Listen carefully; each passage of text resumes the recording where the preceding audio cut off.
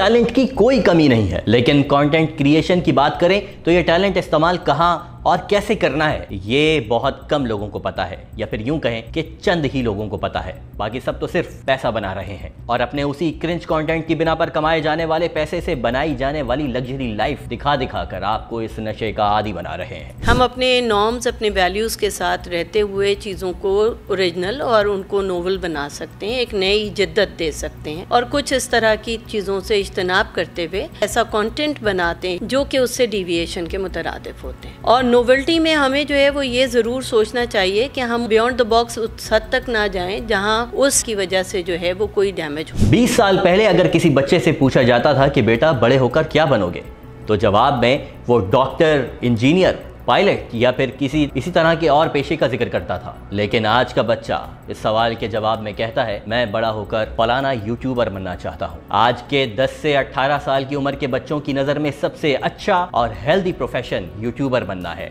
इसमें मोबाइल का कसूर नहीं है, इसमें लैपटॉप का कसूर नहीं, इसमें टैब्स का कसूर नहीं, लेकिन जितना छोटा गैजेट देंगे उसको मूव करना और उस पर कंट्रोल करना ज़्यादा मुश्किल है। स्क्रीन टाइम के लिए कंट्रोल हो, बच्चों को खाने खिलाने के लिए खिलौनों का होना ज़्यादा ज़रूरी है बमुकाबला के जी आप उसके हाथ में मोबाइल थमाएं। मैं ऐसा कंटेंट बनाने वालों पर तनकीद करने के लिए यहाँ स्क्रीन पर नहीं आया हूँ। हाँ, उन्हें भी तरबियत की जरूरत है, लेकिन जो मैं सवाल करने जा रहा हूं उसका जवाब बड़े सोच समझ कर दीजिएगा। एक यूट्यूबर अपनी वीडियो में एक नॉर्मल से घर के एक रूम में बैठा दाल चावल खा रहा है और वीडियो बना रहा है उस पे, और दूसरी वीडियो में व्लॉगर फैंसी रेस्टोरेंट में 1 से 2 लाख रुपए का खाना खा रहा है और फैंसी डिशेस के नाम लेता जा रहा है। बताइए ज्यादा व्यूज किस वीडियो को मिलेंगे, ज्यादा क्लिक्स या ज्यादा लाइक्स किस वीडियो पर होंगे? अमीर यूट्यूबर या बड़ा यूट्यूबर किसे माना जाएगा? जी हाँ, आपका जवाब बिल्कुल दुरुस्त है। फैंसी रेस्टोरेंट में खाना खाने वाले यूट्यूबर को ही आप बड़ा यूट्यूबर या अमीर यूट्यूबर कहेंगे और शायद उसी से इंस्पायर होंगे। तो फिर क्या कसूर सिर्फ वीडियो बनाने वाले का है? मेरे ख्याल से तो इस मामले में ज्यादा कसूरवार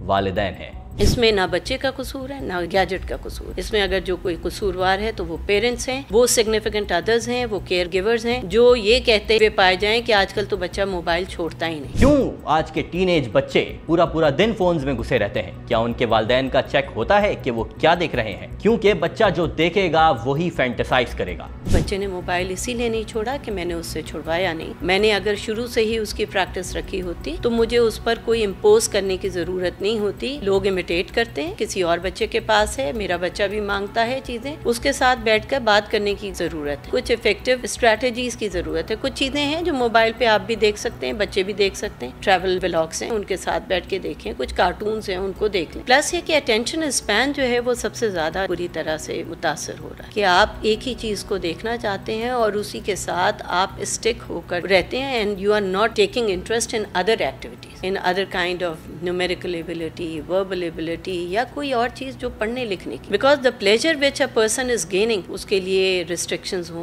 पेरेंटल कंट्रोल हो और उसके साथ चीज़ों को चलाया जाए। हमारे कंटेंट क्रिएटर्स और शोबिस के हजरात कहते हैं, जी हाँ, वही वाले कि जो सिर्फ पैसा बनाने के चक्कर में रहते हैं, चाहे उसके लिए किसी भी हद को क्रॉस करना पड़े। इन सब के पास एक जैसा बहाना है। कहते हैं कि लोग देखना ही ये चाहते हैं, इसीलिए तो हम ऐसी वीडियोस बनाते हैं। लोग कहते हैं साहब ये अवामी डिमांड है। ड्रामों में भी यही है साहब, लोग ये चाहते हैं कि लोग जो चाहते हैं वो आप कभी दे ही नहीं सकते। भाई मीडिया के लोग जो हैं वो तो लीडर है ना, गेटकीपर है ना, उन्हें तय करना है कि क्या चीज जानी है और क्या चीज नहीं जानी। तो कहाँ की लीडरशिप हुई? आप अगर मीडिया के लोग हैं और आप जो हैं वो ओपिनियन लीडर हैं तो आपको ज़ौक़ डेवलप करना पड़ेगा, ना कि आपको अवाम के ज़ौक़ तक आना पड़ेगा। आप अवाम की उंगली पकड़ के अपनी सतह पे लाइए ना। आप तो नीचे उतर के उनकी सतह पे खड़े हो रहे हैं, तो फिर आपने कौन सा तीर मार दिया? ये कोई क्रिएटिविटी नहीं है और ये कोई काम नहीं है। दूररस नताइज जो इसके होते हैं उसे हम नहीं देखते। हम फौरी याफ्त क्या है, इस वक्त हमें पैसा मिल रहा है, बिजनेस तो हो जाएगा, वैल्यूज तबाह हो जाएंगे जो हो गई। इस वक्त आप पैसा कमा लेंगे, इसका नुकसान आपके आने वाली नस्ल को पहुंचेगा। ऐसे तमाम लोगों के लिए एक मिसाल तो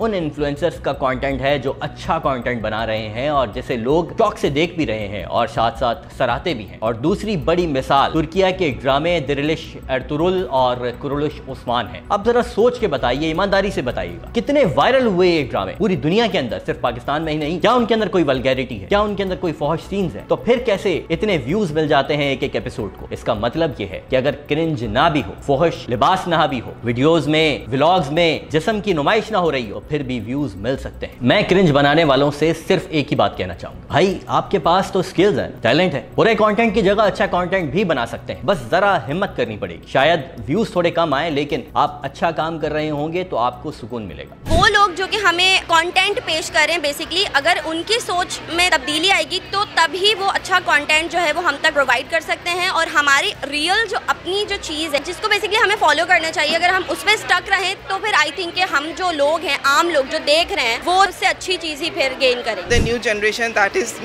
Gen Alpha, its demands are different. I really recommend that we should develop such a content that they can get an idea what is in actual real. और अब मैं मुखातिब हूँ कंटेंट देखने वालों से, यानी व्यूअर्स से। ये ज़रूर है कि हम जैसे जैसे आगे बढ़ते हैं, टेक्नोलॉजी बढ़ती है, आप रिस्ट्रिक्ट नहीं कर सकते। आप चीज़ों को सिखाते हैं, इंफॉर्मेशन टेक्नोलॉजी को सिखाते हैं, उससे बच्चे लर्न कर, लेकिन उसके लिए कोई ना कोई टाइमिंग हो, उसके लिए कोई ना कोई रिस्ट्रिक्शंस होती हैं। और उसके लिए एक जो सबसे अहम चीज़ है वो रेडीनेस है कि बच्चे को किस वक्त क्या चीज़ दी जा सकती है इंडिपेंडेंटली विदाउट एनी मॉनिटरिंग। उस वक्त जब आपने उसमें इनकलकेट कर देती हैं अपनी मॉरल वैल्यूज़ को, उसके बाद फिर आपको ये होता है कि वो आपकी गैर हाजिरी में भी अपनी तमाम चीज़ों का जो है वो ख्याल रखेगा और उसको उसी तरह यूज़ करेगा जिस तरह से आपकी मौजूदगी में करता है। याद रखें कि वो कंटेंट देखना जरूरी होता है जो आपके लिए फायदे का बाइस बने, जो आपकी जिंदगी में वैल्यू एडिशन करे। बेमानी वीडियो सामने आए तो स्क्रॉल डाउन करें, दूसरों की जिंदगियों में झांकना बंद करें, अपने हालात का उनसे मवाजना करना बंद करें और ना ही खुद को किसी से कमतर समझें। जरूरी नहीं कि हर चमकती हुई चीज सुना हो, जो आपके पास है उस पर शुक्र अदा करें